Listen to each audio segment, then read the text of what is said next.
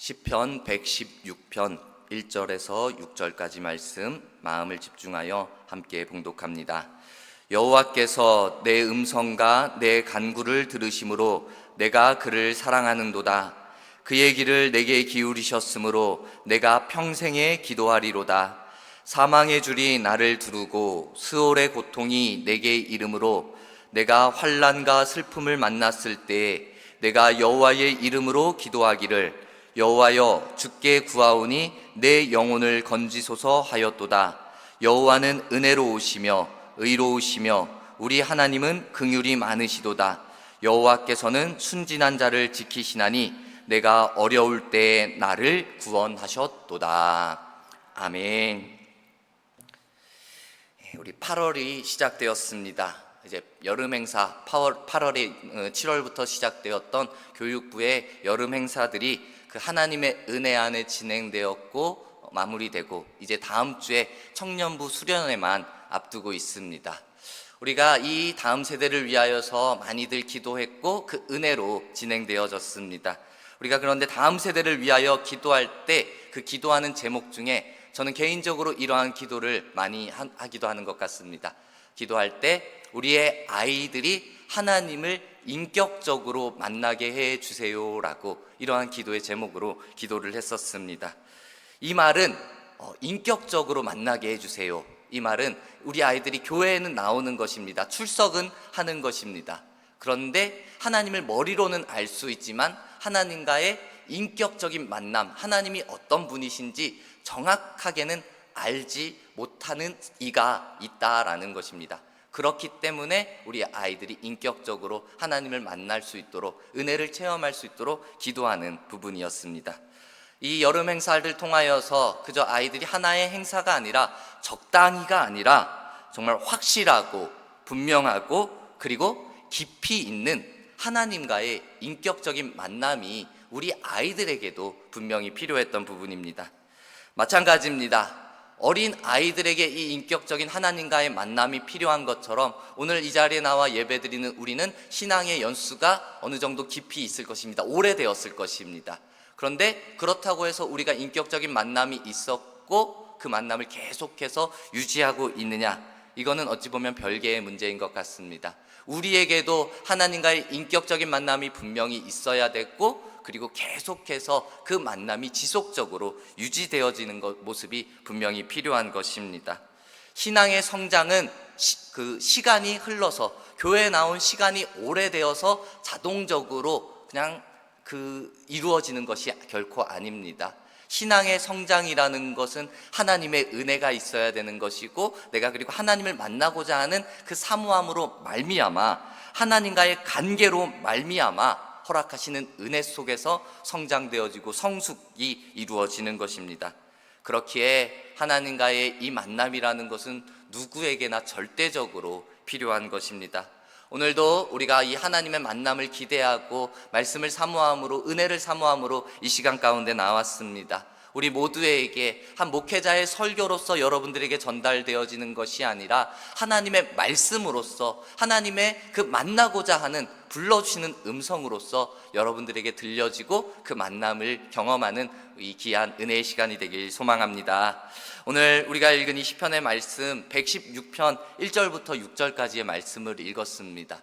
보통 시편에 보면은 그 장수 위에 이 부제 같은 것들이 붙는데 오늘 이 말씀에는 부제가 붙지 않았습니다. 없습니다.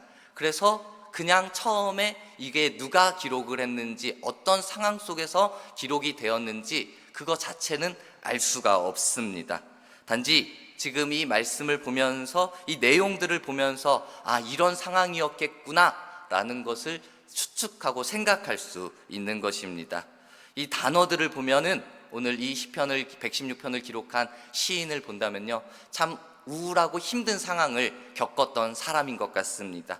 보면 사망의 줄, 스올의 고통, 환난 이러한 단어들이 반복되어져서 나오고 있습니다. 어려운 상황, 그것도 죽음과도 같은 정말 죽을 것 같은 극한의 상황을 이 시인이 경험을 했던 것입니다.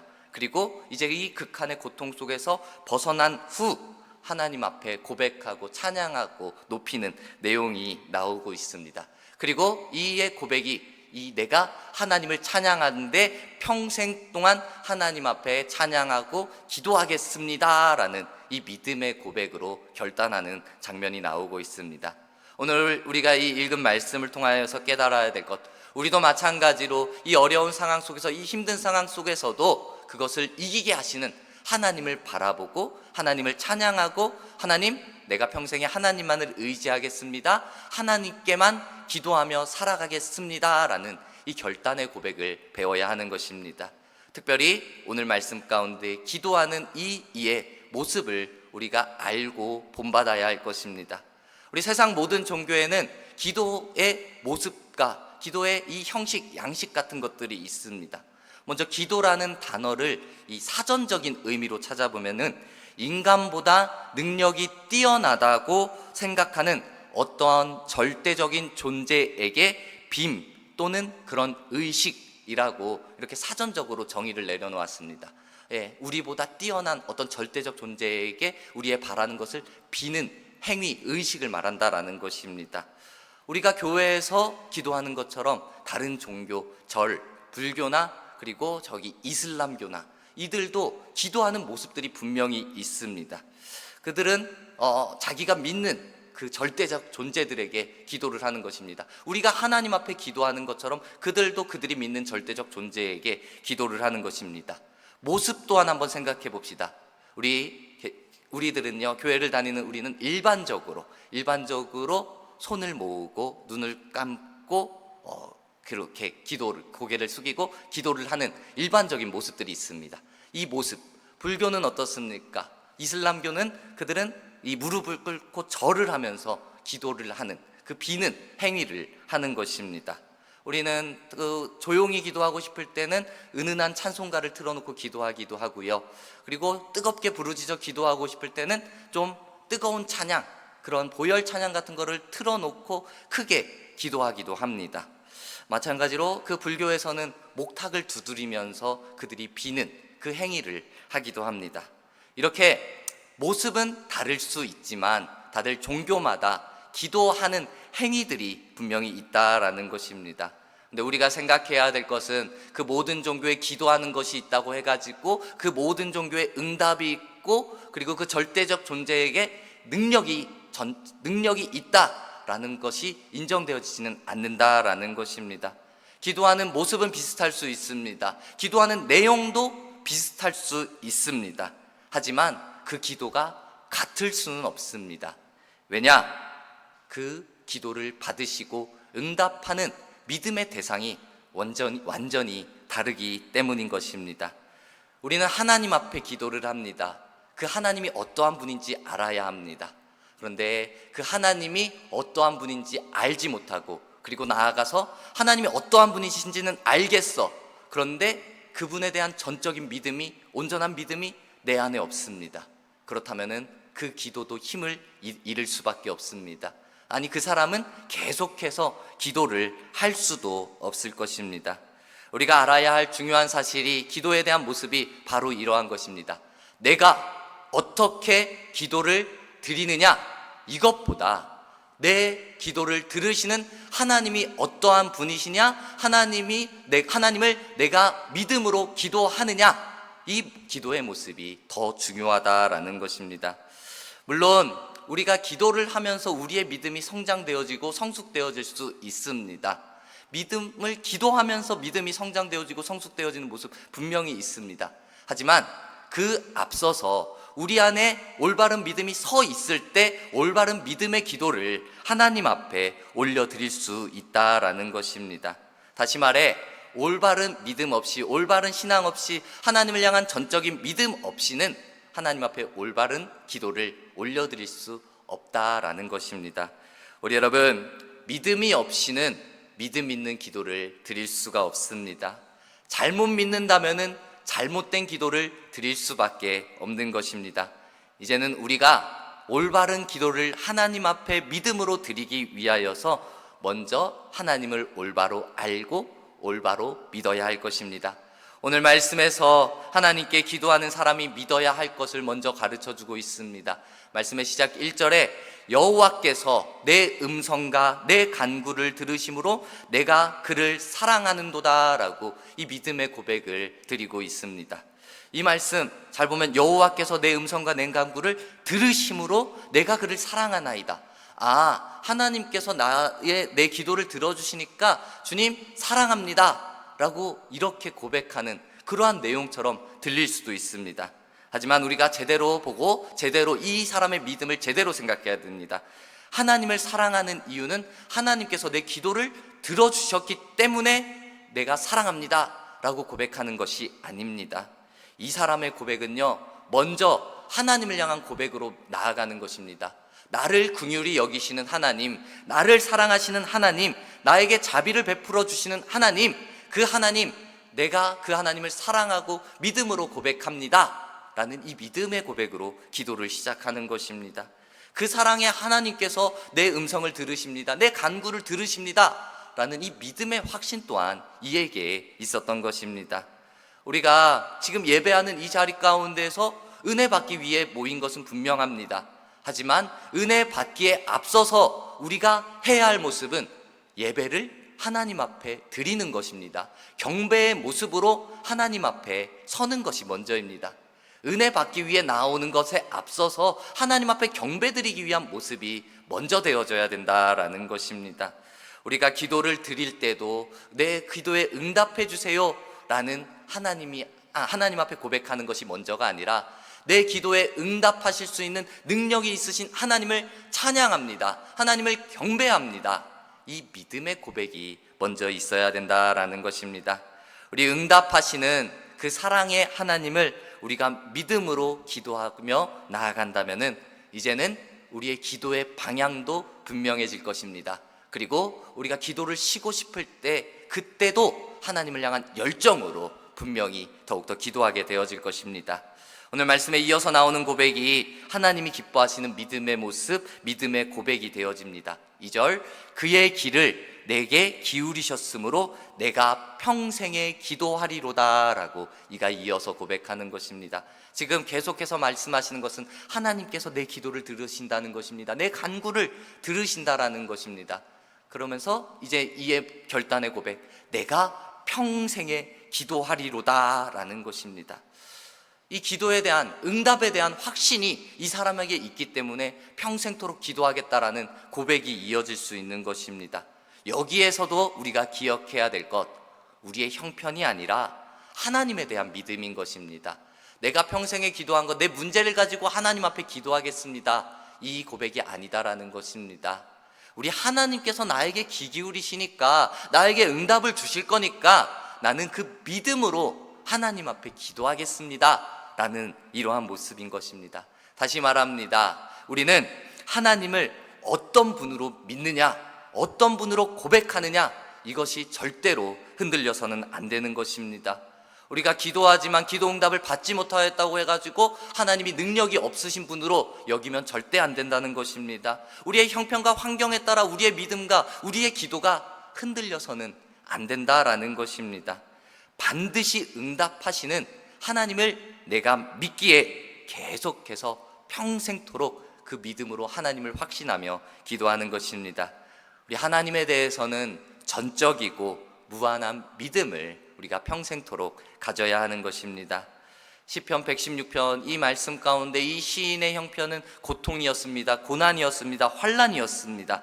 하지만 그가 이 고통과 고난과 환난을 하나님께서 이기게 하심을 경험하니까 이후에 하나님 앞에 믿음으로 감사와 기쁨과 평안의 고백을 올려드리는 것입니다. 내 영혼을 건지소서라고 믿음의 확신의 믿음으로 기도할 수 있었던 것입니다. 이 환난도 적당한 환난도 아니었습니다. 죽음과도 같은 극심한 환난, 극심한 고통 속에서도 그는, 그리고 잠깐도 아니라 때마다 찾아오는 그 고통 속에서도 이는 믿음을 잃지 않고 끝까지 기도하는 것입니다. 그에게 유일한 돌파구가 내 지식이 다른 사람이 아니라 하나님을 향한 확신의 믿음이었기 때문에, 하나님밖에 없다 라는 믿음이었기 때문에 그는 계속해서 하나님의 이름을 부르고 기도하는 것입니다.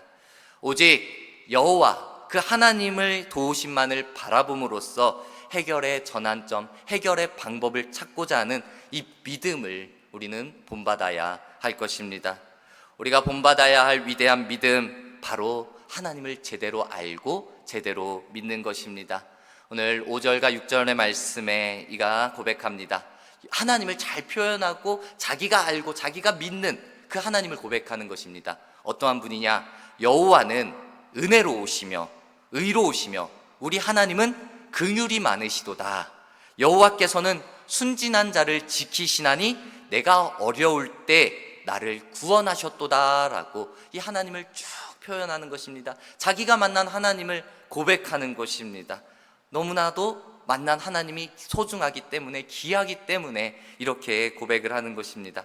특별히 6절에 본다면은 순진한 자를 지키시는 하나님, 어려울 때 구원하신 하나님, 그분을 믿고 나를 구원하신 하나님을 찬양하며 나아가고 있습니다. 우리 여러분, 우리가 기도할 때 잘 생각해 봅시다. 우리가 무슨 도움을 구할 때 나를 힘들게 하는 사람에게 찾아가가지고 나 좀 도와주세요 라고 이 도움을 요청합니까? 그리고 악하고 좀 미웠고 나와 관계가 별로 없는, 그리고 능력도 없는 그런 사람에게 가서 나 좀 도와주세요 라고 요청을 합니까? 아닙니다. 우리는 가능하다면은 나에게 호감이 있고 나를 불쌍히 여기고 나를 위해주고자 하는 사람에게 가서 도움을 청합니다. 그리고 더 중요한 것은 어찌 보면 그 사람에게 나를 도와줄 힘이 있느냐, 그거를 생각하고 그 사람에게 도움을 요청하는 것입니다. 이 하나님의 모습이 딱 이런 모습입니다.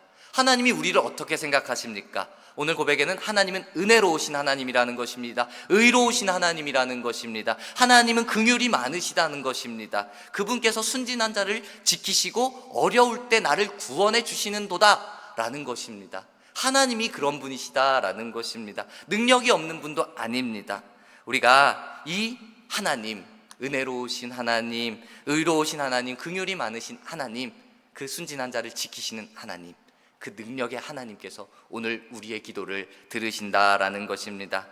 우리 여러분, 우리가 하나님을 온전히 믿지 못한다면은 이 기도의 능력을 또한 의지하지 못할 것입니다. 그래서 기도의 응답 또한 신뢰하지 못할 것입니다. 그러면은 결국에 어떻습니까? 하나님 앞에 기도하지도 못하는 것입니다. 우리 여러분, 하나님을 제대로 알고 제대로 믿고 그분의 능력이 어떠한지 내가 자꾸 체험해야지 우리는 하나님 앞에 꾸준히 계속해서 기도할 수 있는 것입니다.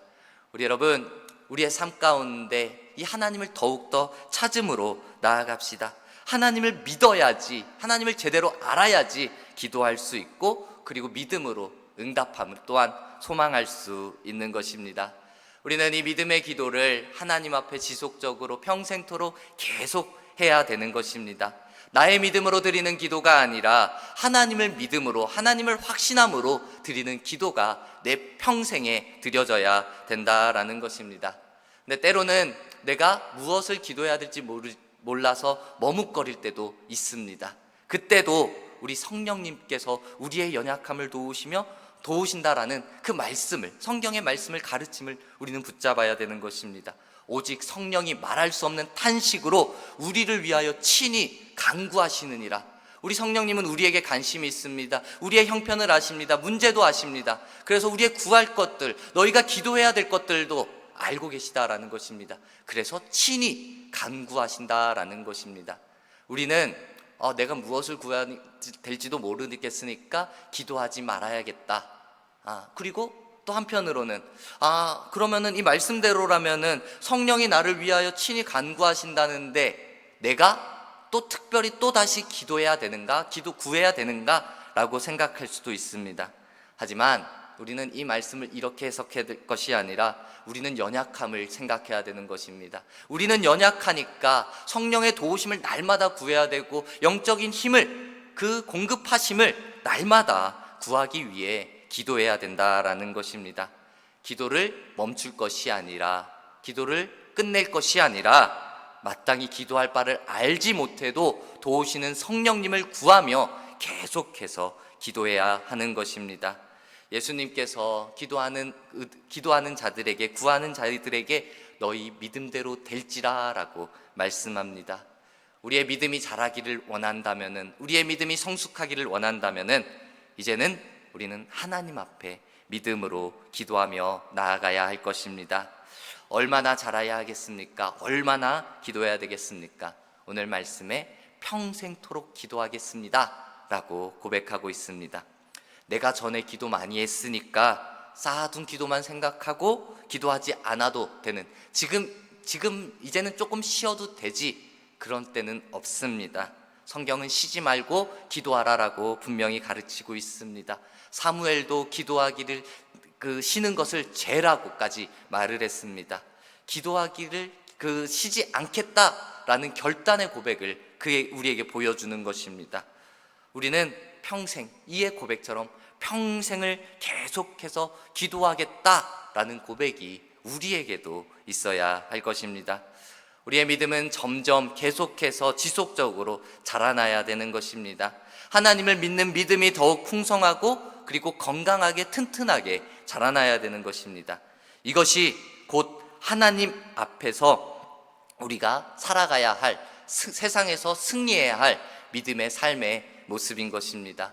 구약시대에 그 믿음의 사람으로서 시작하였지만 그 믿음 연약한 이스라엘 백성들을 잘 생각해 봅시다. 모세를 따라서, 그 하나님의 도우심으로 이 모세의 지도력을 따라서 애굽을 탈출했습니다. 이스라엘 백성들 처음에 하나님이 도우시는구나, 모세를 사용하시는구나 라고 지도자를 따라서 믿음으로 걸어 나아갔습니다. 그들은 애굽에서 행하신 그 하나님의 기적을 이미 체험을 했었습니다. 그런데 그들은 환경을 보고 또 다른 막히는 그 장애물을 보고 실망합니다. 하나님을 원망하기도 하는 것입니다. 탈출하는 가정 가운데서, 나아가는 가정 가운데서 가로막힌 홍해를 보게 되는 것입니다. 뒤에 쫓아오는 애굽의 군사들을 보게 되는 것입니다. 하나님이 지금까지 일하셨는데 더 이상 하나님은 보이지 않고 가로막혀 있는 홍해와 쫓아오는 우리를 죽이려고 하는 그 군사들만 보이게 되면서 하나님을 원망하는 것입니다. 이들은 지금까지 행하신 기적은 이제 잃어버렸습니다. 내 앞에 문제만 바라보게 되어지는 것입니다. 이어서 나오는 것들도 계속해서 깨닫게 해주시고 구해주시고 다시 살려주시고 그들을 인도하시는 하나님이 있었는데, 그들은 감사합니다 고백했다가 또 문제가 생기면 원망하고, 또 깨닫게 해줄 때 감사합니다 했다가 또 문제가 생겼을 때 원망하고, 죄와 이 회개 가운데 계속해서 반복되는 모습을 보게 됩니다. 하나님은 그들의 믿음이 자라나서 어떠한 형편 속에서도, 어떠한 상황 속에서도 나 하나님을 확신하고 믿기를 기대했을 텐데 그들에게 이러한 확신의 믿음이 부족했던 것입니다. 눈에 보이는 것, 문제만 바라보고 그 문제를 해결하실 하나님을 전적으로 신뢰하지 못하는 이들에 대한 안타까움을 말씀하셨습니다. 우리 여러분, 이제 우리의 믿음이 상황과 형편에 따라 변하고 실족하고 넘어지는 믿음이 되어질 것이 아니라 어떠한 형편과 환경 속에서도 우리를 도우시는 그 하나님만을 바라봄으로 나아가야 할 것입니다. 우리가 그 일을 위해서 더욱더 기도해야 된다는 것입니다. 우리의 믿음의 기도가 쌓이게 되어진다면 이제는 환경을 바라보는 것이 아니라 우리의 기도를 들으시고 응답하시는 하나님을 바라볼 수 있다라는 것입니다.